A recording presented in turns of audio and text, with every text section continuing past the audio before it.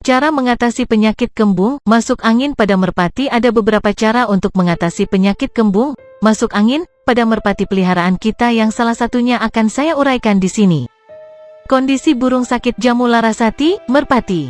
Posisi malam hari diberi lampu bohlam 15 watt. Ciri-ciri burung masuk angin atau kembung. 1. Burung kelihatan lesu dan bulu di atas hidung, kepala, biasanya berdiri. 2. Burung sering muntah-muntah dan keluar makanannya dan lendir. 3. Burung sering angop, SPT ngantuk. 4. Burung berat badannya semakin hari semakin berkurang, kurus.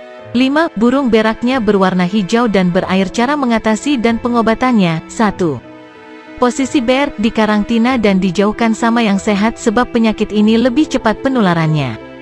2. Pengobatannya kita tekan temboloknya tapi jangan diremas. Biar angin yang ada di tembolok keluar, biasanya barang seperti mau muntah, gleglekan.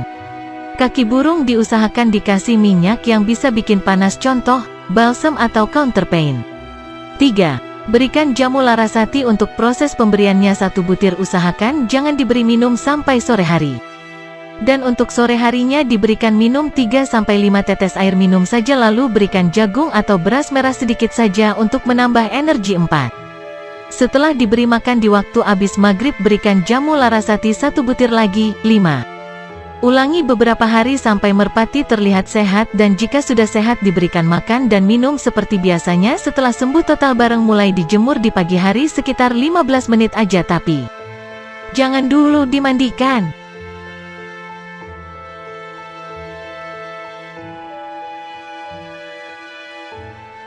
Cara dan tempat. 1. Burung diusahakan disangkar dondang bagian atas biar kaki tidak nempel ke tanah. 2. Pada malam hari diusahakan untuk diterodong, diselimuti, serta dikasih lampu bohlam 15 watt. Yang fungsinya menjaga suhu badan burung biar tetap hangat dan stabil.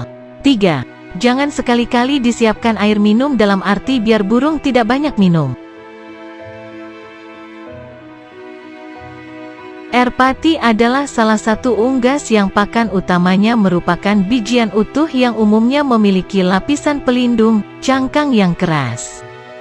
Dan untuk memproses makanan ini, grit mutlak diperlukan karena merpati memiliki kemampuan untuk memproses nutrisi yang terkandung di dalam inti bijian.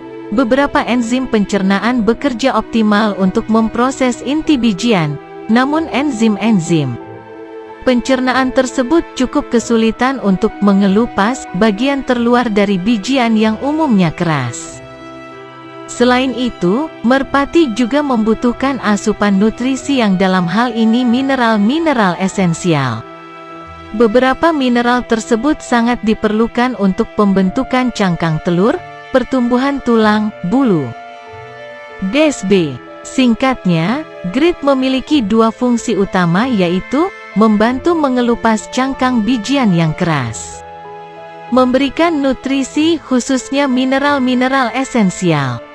Dalam grit terdapat beberapa mineral penting, salah satunya kalsium. Asupan kalsium adalah mutlak diperlukan terutama untuk indukan pada saat breeding. Ingat bahwa kalsium karbonat adalah bahan utama untuk terbentuknya cangkang telur. Dengan asupan kalsium yang cukup dapat membantu terbentuknya cangkang telur yang kuat, tidak rapuh, lembek, atau tipis.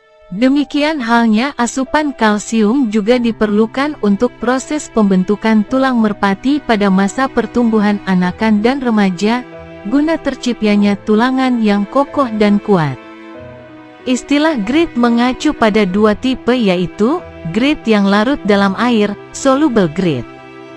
Grit yang tidak larut dalam air, misalnya pasir dan batuan kecil. Grit yang tidak larut dalam air, insoluble grit.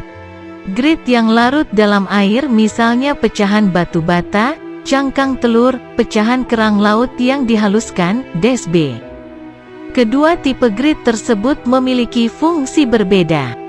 Ada yang hanya berfungsi mengelupas bijian, misalnya pasir, ada juga yang berfungsi memasok mineral, misalnya mineral ayam. Ada juga yang memiliki fungsi keduanya, misalnya pecahan cangkang kerang laut yang dihaluskan. Dengan demikian, Memberikan grid yang hanya berupa pasir sungai adalah tidak cukup dengan dua alasan. Gelombang karena sifatnya yang tidak larut dalam air, asupan mineral esensial di pasir tidak terurai. Gelombang pasir sungai umumnya hanya berfungsi sebagai pengelupas bijian dengan tekstur kulit yang keras. Catatan penting, pecahan telur ayam bagus untuk tercukupinya pasokan kalsium karbonat sebagai mineral utama pembentuk kulit telur. Namun pastikan Anda mencuci dengan bersih dan menjemurnya di bawah terik matahari, untuk menghindari beberapa virus atau bakteri yang mungkin saja terbawa dari peternakan ayam. Sebagaimana kita ketahui, beberapa penyakit di ayam bisa menular juga ke merpati. Pastikan Anda mengayak dan menghaluskan pecahan kerang laut. Karena pecahan kerang kerap kali memiliki ujung lancip dan tajam yang dikhawatirkan dapat melukai saluran pencernaan merpati. Kebutuhan akan grid untuk merpati yang sebagian besar waktunya di kandang, misalnya merpati hias, dan sangat jarang diumbar adalah sangat urgen, penting, namun untuk merpati umbaran yang setiap hari dilepas bebas, grid tidak terlalu diperlukan karena merpati akan mencari sendiri grid di lingkungan sekitarnya. Di pasaran sudah banyak grid dijual bebas, rekan-rekan bisa mencarinya di pasar burung atau membuat sendiri jika grid yang sudah jadi sulit didapat. Kesimpulan, grid berfungsi untuk mengelupas cangkang terluar dari bijian yang umumnya keras dan juga memberikan asupan nutrisi yang dalam hal ini mineral-mineral esensial.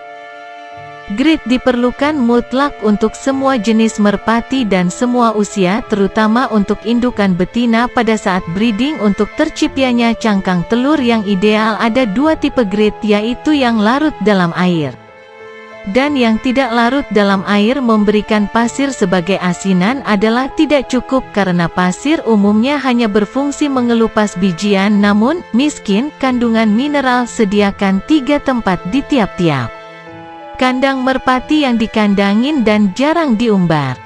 1 untuk pasokan air, 1 untuk pasokan pakan, dan 1 untuk pasokan grid. Semoga bermanfaat. Salam merpati lovers.